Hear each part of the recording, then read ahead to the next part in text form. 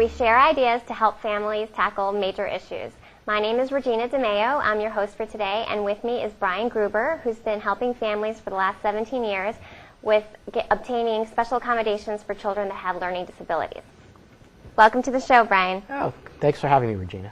So my first question is, I'm a little unsure if it's okay to say learning disabilities or should I say learning difficulties. Is there a difference? Well, there's a huge difference, Regina. Learning difficulties, everyone has learning difficulties. Everybody, we're human beings, we're not cookie-cutter models, and so everyone's going to have learning differences. Some people have learning difficulties.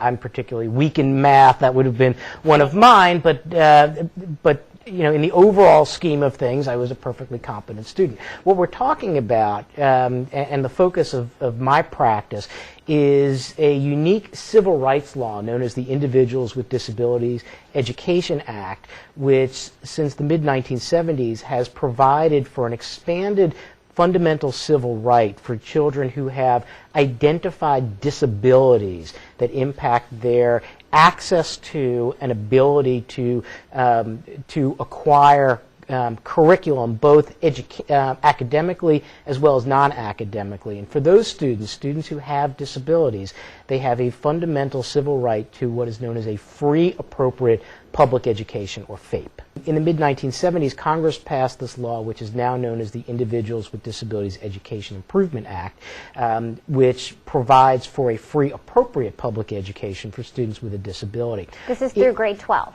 That's well, no, it's actually from age 3 through age 21, and we'll come back to that in a moment. But in answering your question about how would you as a parent know and recognize that your child might qualify for this fundamental civil right, inherent in the law is the obligation of the school system to locate and identify children who may be eligible. So the school system has a mechanism to refer children who are having difficulties academically or non-academically. And the non-academic part is a huge piece of my practice because it's where things often get lost in discussion, where children do very well academically in the academic skill areas, reading, written language, and math, but may struggle with the non-academic pieces of working with their peers, organization, managing their behaviors, regulating their behaviors, and we can go on but talking about the different ways in which kids are impacted. But one way that parents would understand that their child may have an entitlement, again, is through a school system referral where a teacher or other building staff may refer the child for suspicion of a disability. Other times, it'll come from family friends, pediatrician, a child psychologist, who may recognize that the child's development is atypical. It's different than the normal trajectory that we're expecting a child to have. And the parents will dig for answers and come up with some reports or some information that they ultimately will share with the school, and the school will convene a team meeting to take a look at that information and ultimately potentially reach a decision that this is a child with a disability. Not a child with a learning difference, but rather a child with a disability who by virtue of the disability requires specialized instruction, modifications and accommodations to their environment or the delivery of the instruction in order to access curriculum and benefit from instruction. So what happens when the school and the parents don't agree? Like if there's a parent who says, well, I think my child has a learning disability and this is why they're not doing well, and the school's like, yeah, no, maybe it's just a maturity issue. What is that when they would get somebody like you involved?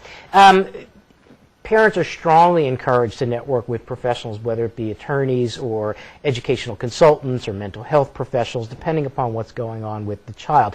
The law has built in a concept called procedural safeguards, the opportunity for parents to challenge decisions that the school makes regarding their child. The law anticipates that parents are going to be meaningful participants in the educational process of their child, and the law anticipates that they will be equal participants. Well, that's a challenge, particularly because within special education, there's a language unto its own. So we started our discussion by talking about free, appropriate public education, which those of us in the industry refer to as FAPE.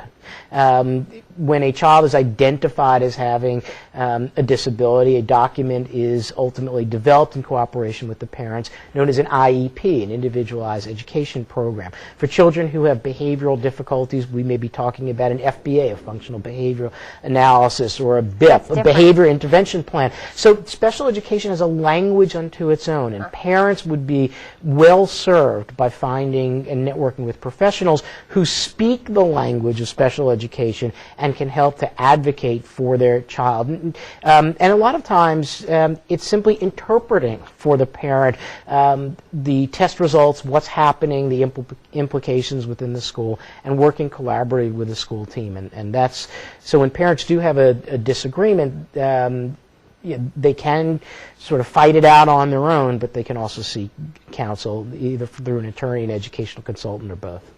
Okay.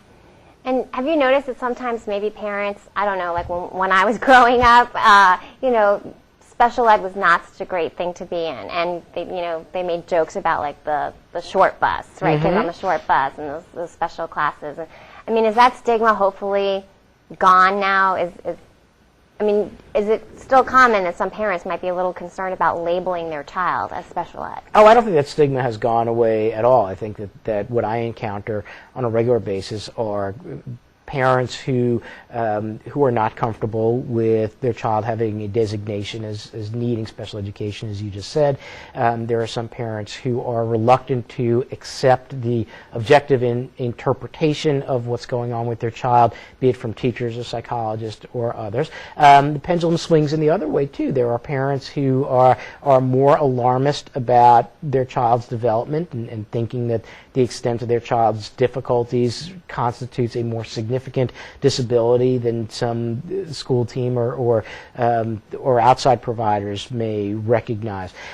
One thing that I think is important to recognize, understand, and as a professional within the business, to accept and incorporate within the way that you manage your relationship with your clients, is that when we're talking about a child and a child with a disability, there is a degree of loss and a degree of grief that parents go through. Every parent naturally wants their child to have an easy life, smooth sailing, and very typical development. No parent wants their child to have struggles, let alone a disability.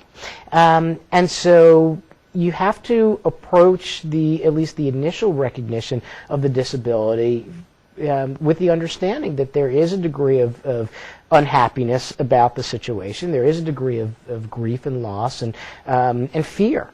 And in helping parents to get through that battery of emotions and recognize that they didn't do anything wrong. This is the way the child is presenting to others, and let's figure out a way to put resources in place for that child so that they do have the opportunity to benefit and to have an easy life. So what happens if the school wants to give this child services, but the parent, for whatever reason, isn't ready to acknowledge that their child needs that help? Like, who trumps? It's not a question of who trumps. Okay. When we're talking about the initial provision of special education services, the school cannot provide services to a child unless the parent provides informed consent. Okay. So a parent who's reluctant to accept special education would have the ability to reject special education services for their child. We then have to dial back the discussion and really ask objectively, is the child being served by the parent's reluctance to accept what others have acknowledged for the child? Now, within that same breath, if you will, there are times where the school team gets it wrong. Okay.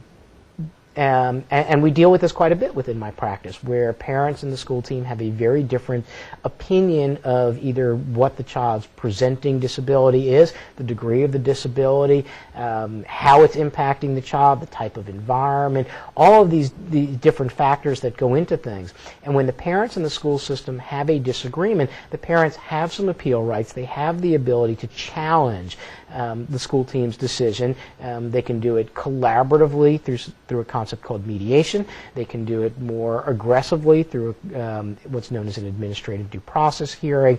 But they do have the ability to challenge a school team decision on the vast array of decisions that the school team makes. Now let's say the school says, you know what, your kid's bouncing off the walls. They need to go on some meds, right, for ADHD or whatever. Can the school actually obligate a parent to medicate their child? Absolutely not. It's strictly prohibited under federal law. Okay. So what if this child is bouncing off the walls and the parent refuses to medicate? What can the school do to sort of rein in the situation? All right. Well, first let's tackle the medication issue. Yeah. It's strictly prohibited under federal law. There could be many good reasons, from philosophical to religious to underlying medical issues and medical histories and unwanted side effects. So medication is not the answer for every child. For kids who are, as you say, bouncing off the walls, kids whose degree of activity is disruptive to the child, to that individual child, or the learning of that of other children, there's quite a bit that schools can do. One of the techniques that schools often will use is something known as a functional behavioral analysis. Every behavior has a purpose. And so if a child is being overly active, it may be helpful to collect some data on times of day, situations, what are known as antecedents to that behavior, or there are certain things that are triggering this high level of activity. Occupational therapists can be particularly helpful in designing plans for students who are having great levels of hyperactivity, if you will, because many times there is a neurological component to this hyperactivity. There may be a sensory component to it. There may be different techniques ranging from fidgets, little items that the child would hold in their hand and squeeze and press that distract the brain from other types of activities. There's a whole array. I could talk for hours about different strategies, but there are lots of different techniques that can be used. Sometimes, and very effectively, will build into a child's IEP the provision for the child to have multiple movement breaks throughout the day, and a teacher's assistant, a paraeducator. An adult will come and take the child, and they'll perhaps go for a walk around the building, or they'll go into what's known as a sensory room and do and do some physical activity just to release that energy. It all comes back to what's causing that hyperactivity. Sometimes it's a matter of environment. We have to reduce the stimuli and put the child in a smaller classroom with fewer distractions. Again, it all depends on what's causing that. What are the antecedents of the behavior, and what ways can we curb the behavior? Wow. We're going to take a short break, and then we'll be right back. I think someone at my friend's school has this thing called autism. My friend's brother's son has autism. My neighbor's son has autism. My son has autism. Autism is getting closer to home. Today, 1 in 110 children is diagnosed with autism. That's a 600% increase in the last 20 years. Learn the signs at autismspeaks.org. Welcome back to Making It Last, where we share ideas to help families tackle difficult issues. I'm Regina DeMeo, and with me is Brian Gruber, and we've been discussing individual education plans, which is so fascinating. So what other kinds of special accommodations can a school give to a child, especially if they have dyslexia, which I think is a very common issue? Well, I think, Regina, the most important thing to recognize, or two most important things to recognize, is that there are 15 different disability classifications. Oh, wow! So there isn't really a one-size-fits-all. Here's my my toolbox that I give you. I mean, we're talking about some children have learning disabilities like like dyslexia. Others we've talked about kids with high levels of activity who may have ADHD or other underlying medical issues. There are kids with emotional disturbance and students with autism and those with intellectual disabilities. And there are kids who have some degree of hearing loss, kids who are deaf, blindness. There's even a unique disability classification for deaf blindness, dual sensory deprivation. I actually represent a handful of kids who have that unique combination of sensory loss. So we're talking, orthopedic issues. The list goes on, and I don't want to leave anybody out. Right. But we have to start with understanding which child we're talking about and what level of disability, how old is the child, before we start talking about very specific accommodations for any one particular child. But using your example about dyslexia, what we know about children with dyslexia is that they have difficulty understanding the relationships between the shapes that we call letters and the sounds that our language assigns to those letters. And very often there is a companion to that, which is the difficulty with written language and translating, making those shapes and putting the sounds as represented by shapes in the appropriate order. For children who have specific learning disabilities, who may have dyslexia, the school system has an obligation to use research-based teaching methodologies. So there are scores of different reading programs, written language programs that can be made available. Sometimes it's a matter of assigning a special education teacher to the child to work within the general education population. Sometimes it's a combination of having that special educator pull the child out and work with them on very individualized and targeted research-based interventions. Sometimes we have to put these kids into highly specialized schools, some of them public, some of them private, where they receive a higher degree of intensive instruction, more specialized types of learning that typically developing students wouldn't need to access. Well, that brings me to a really good question I had, which is, who pays for all this? Like, if you're in the public school and get all these services, is that covered by the public school system? Okay. When I spoke earlier about this fundamental civil right to a free, appropriate public education, the first part of that phrase, free, means no cost to the parent. Okay. So if a child has a disability, it's identified and acknowledged by the school system, and an individualized education program or an IEP is developed for that child, the services within that IEP are at no cost to the parent. Okay. That's what your tax dollars pay for. And so the degree of resources, the degree of assistance that the child needs, specialized programs, if it's in the IEP, the child is entitled to it at no cost to the parent. Okay, now let's say the parent says, well, I don't agree with the level of services. I want a higher level of services. I'm going to pull this kid out of public school and put them in, let's say, the lab school, which is a very good private school here that we have in D.C., and I think in Baltimore also, right? But let's say the parent makes that unilateral decision without the agreement of the school system. Can they just send the school a bill and say, here's the bill because I'm entitled to free public education? If it were that simple, I'd probably have to find something else to do for a living. There are two situations in which the public school system pays for a child to go to a private special education school, like the lab school or any of the other private special education schools. The first is if in the development of the IEP, the nature and severity of the child's disability rules out appropriately serving that child within a public school. If the school system has no public program that can meet the unique needs, learning needs of the child, the school system has an obligation to place the child in a private special education school at public expense so that the education the child receives is appropriate for his needs and free, no cost to the parent.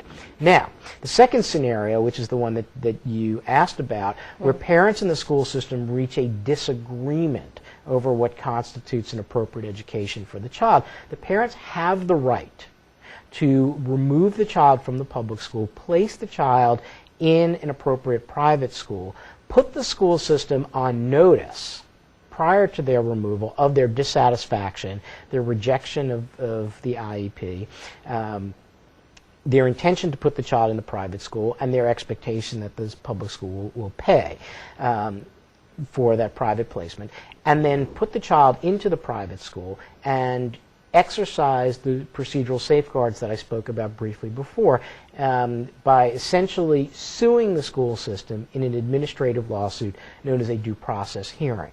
And if at an administrative due process hearing, the parents have the burden of proof on 3 unique issues. The first issue that they need to prove is that the school system's placement, the IEP and the services provided, are not appropriate, that they are not going to sufficient or match up comparably with the child's disability so that the child can receive meaningful educational benefit. Okay. The second area that the parents are going to have to prove is that the program that they have selected for the child is appropriate, that the child's needs can be met within that private school by looking at the nexus between what the private school is providing and what the child's disability is. Oftentimes it's the mirror picture of what the public school had been proposing for the child. And then the third thing, and this is a rapidly developing area of the law, is the parents are going to have to establish that they've been acting in good faith.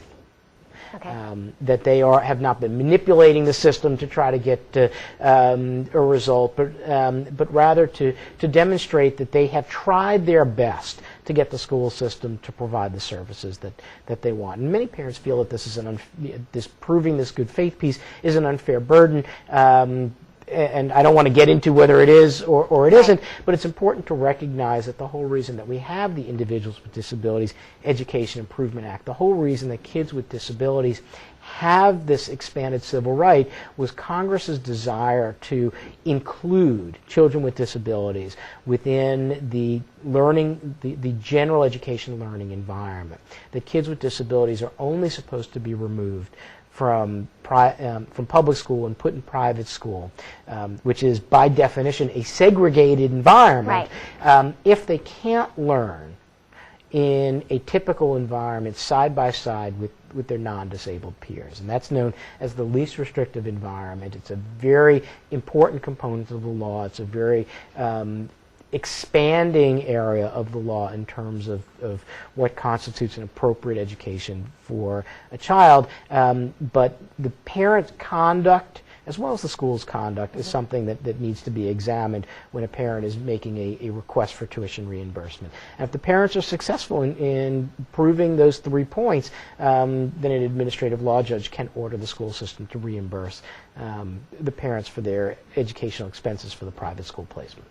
Well, what about the legal fees? Because I can tell you that I'm a lawyer, I've been doing this for a long time. I would not want to tackle that whole system you just described. So if I had to call somebody to navigate me through that case, what are the parents looking at, and is that something that's also reimbursed? Okay. Let me tackle the reimbursement piece first. Parents only receive reimbursement for attorney's fees in 2 situations, and those 2 situations are tied in together. They need to proceed through a due process hearing that I just described a moment ago, and they need to prevail. Oh. You actually have to sue the school system and you have to win in order to have the right to request attorney's fees from the school system. Otherwise, parents who decide that they want to retain legal counsel to navigate the school system or challenge decisions that the school system has made do so at their own expense. And typical fees for cases range in the $2,500 to maybe $10,000, $12,000, $14,000 range, depending upon the complications of the case, what's involved, what the parents' goals are, how long the case may last. There are a lot of variables that impact cost. Parents are wise to go into any conversation with an attorney or outside professional who's going to be assisting with them and discuss budget parameters. Because this is paying for a lawyer to deal with the school system for your child with a disability is not an expense that any parent has ever been saving for. Right, but I guess the alternative is, the way I look at it, $30,000 a year for a private school, right, which you may or may not get reimbursed for, versus paying an attorney between 2,500 and 14,000. But once you have the IEP, that IEP hopefully that stays with the child then for the rest of their No. Oh. An IEP does not stay with a child for the rest of their career. Okay. An IEP must be revised at least annually. Oh. So every year there's a meeting known as an annual review Okay. where the IEP is looked at. Hopefully the child has made progress and changes are made. Does it ever end? It does. At least every 3 years, there needs to be a discussion with parents about whether or not the child needs to have any additional testing, whether there are any diagnostic questions about the type of disability, or even the existence of a disability. And many times, well, I shouldn't say many, oftentimes, where a child has made significant progress, we school team and parents may take a look and recognize that the child does not need special education anymore, that they've made sufficient progress and that they've learned the skills that have been targeted, they've generalized those skills, meaning that they own them, they're not just demonstrating them in a therapy session, but Right. rather able to apply those lessons to curriculum and don't need those special services anymore. And it happens. Is that the goal of the school, to try and get this child from special ed to mainstream completely, or what is the goal of the school? The goal of the school, of any school system, is to provide appropriate services to students in the school in the least restrictive environment. Philosophically, we don't want kids to have disabilities. We prefer them to have the learning differences that we started talking about at the beginning of the show. We'd love to say this is what's known as a relative strength. I'm good at this, I'm not good at that. Right. Ideally, we'd love to say that a child does not have a disability, and if the child does have a disability, that a child with a disability doesn't need to be treated differently and can be educated side by side with typically developing children in a general education classroom. That's the goal of the law. That's the goal of many, many parents, to have the child with a disability have as normalized of existence within school as possible. But the overarching goal, the most important goal of a school should be to be meeting the child's needs both academically and non-academically. That makes sense. We want to see all children succeed. Now, you said that it does not necessarily expire at grade 12. It can, That's correct. How does that work? The law is set up to recognize both early intervention and the importance of early intervention, as well as meaningful outcomes.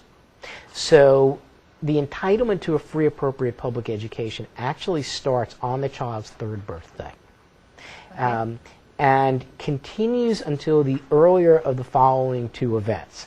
Either the child turns 21 or the child earns a high school diploma. If the child earns a high school diploma, graduates from high school, their entitlement to special education ends. Oh, okay, I see. Okay? But if the child, at grade, what would normally be grade 12 for the child, he hasn't made the rate of progress that's expected, or because of the nature of his disability, he may not be an appropriate candidate for a diploma, but needs to have more life skills, more vocational skills. Those kids can stay in school until their 21st birthday. Interesting.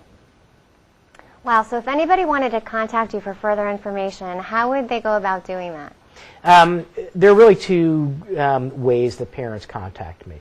The first is old school. I have a telephone number. My office number is 301-657-3777, and parents are invited to call and speak with myself or my assistant and discuss what's going on with their child and their situation, and we can see if it's appropriate to schedule them for a consultation. The other way, which is very efficient and more modern, is that they can contact me by email at Brian, B-R-I-A-N, .Gruber, G-R-U-B-E-R, at bkgpc.com.